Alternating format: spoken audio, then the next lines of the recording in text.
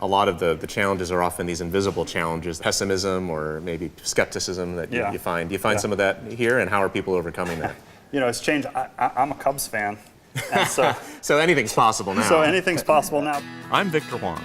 My friend Phil Wickham and I are on the road, traveling the heartland to listen to local entrepreneurs who are starting and growing their businesses.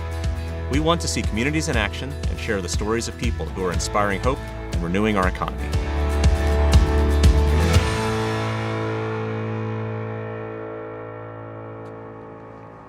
Today, we're in Peoria, a city rooted in America's agricultural heartland. Hi, Steve. Peoria. Hey, thanks. Great to see you. Great to see you. Hi, Steve. I'm Phil. How are you? Great to meet you. If I grew up working for Caterpillar and my friends' dads all worked for Caterpillar or worked for the hospitals or worked for the major employers, then where in me is the idea to start my own company? Once we get a few people starting companies and taking that risk and jumping out of their comfort zone, and then people see it amongst their neighbors or amongst their former coworkers at Caterpillar, there's a believability that I can also do that. I'm a farm kid from Iowa. I went off and played sports in college and got a PhD in chemistry, and then ended up at the U.S. Naval Academy for 5 years and did some research and inventing over there.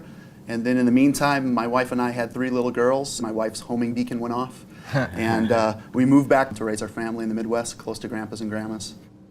I had this thing in the back of my mind, well, if I go to industry, they're going to have me do what they were going to hire me to do, and there wasn't going to be a whole lot of intellectual freedom. Academics gave me the opportunity, really, to have some freedom. Gotten through my first year at Bradley, and there's kind of a gauntlet you go through when you're starting up somewhere. Looked around and saw no one in the space, and anyway, thought about a lot of things I learned as a kid and a lot of things I was doing in the chemistry lab. And it was just kind of a natural thing to want to say, you know what, I think it's time that this world have this technology. They're pink. They're very pink. Lots of pink. I had my daughter, and I was actually on maternity leave, and we were kind of developing the idea. We asked a lot of friends, like, okay, if we created this subscription service for pregnant women, is that something that you would sign up for? It's tough, being a mom and starting a business at the same time, because when you think about it, it's almost like having twins. Your startup is a baby, and you also have your baby, and so you're kind of growing these things at the same time. I'm pretty good at certain things, but I'm not good at everything. And what I've been fortunate to find is a whole bunch of people here in the Midwest that help me do what I do better. It's a different kind of stress, I guess, too, because when you have a startup and you're growing a business, everything you have is on the line. There's been times where the site goes down. And it's like, oh my gosh, that's literally like your store just burnt down and there's nothing that you can do for 5 hours. Chemistry can be fairly complex, but try to reduce it down to its core essence. More than half the world's population lives the way they do because they don't have access to resources. We could live in a world someday where the base staple materials that you use to manufacture a house can be produced by automation using like processes that are already scale to the whole globe.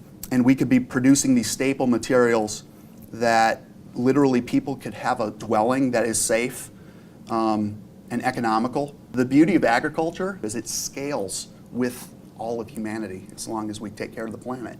I wanted to do it for my daughter. And I wanted her to be able to, look at her mom and say, okay, my mom put her all in something. She started something from the ground up. And I wanted her to know that, hey, if you believe in something and you want to go after it, you can. You shouldn't be scared. You shouldn't be afraid to fail. My daughter, when she was 9 years old, she learned about women in Rwanda, Africa, that were spinning yarn and had the ability to make nice balls of yarn, but had no market for it. And Ellie, my daughter, in a Girl Scout meeting, had learned how to knit hats. And she had this idea of buying yarn from the ladies in Africa and Rwanda.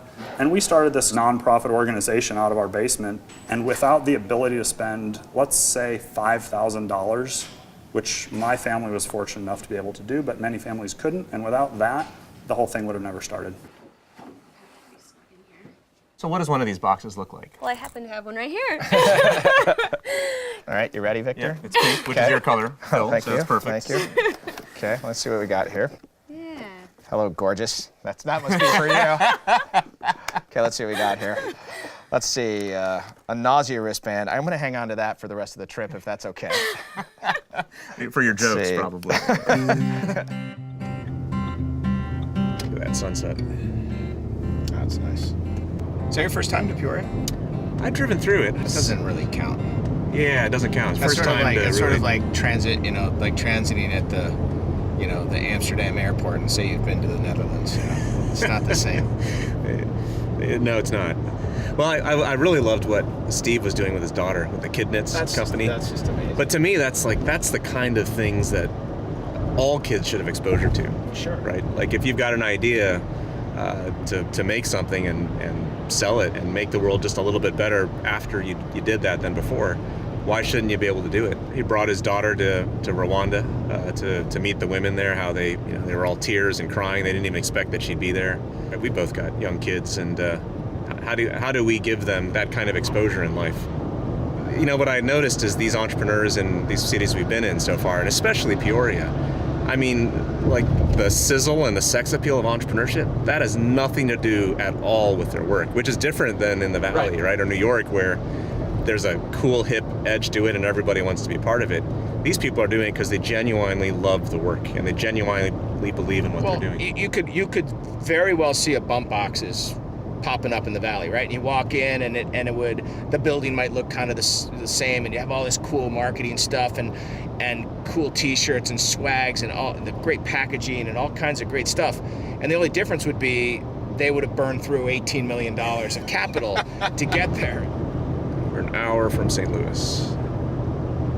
Do they light up the arch at night, do you think? I think they do. Well, that'll be fun to see that.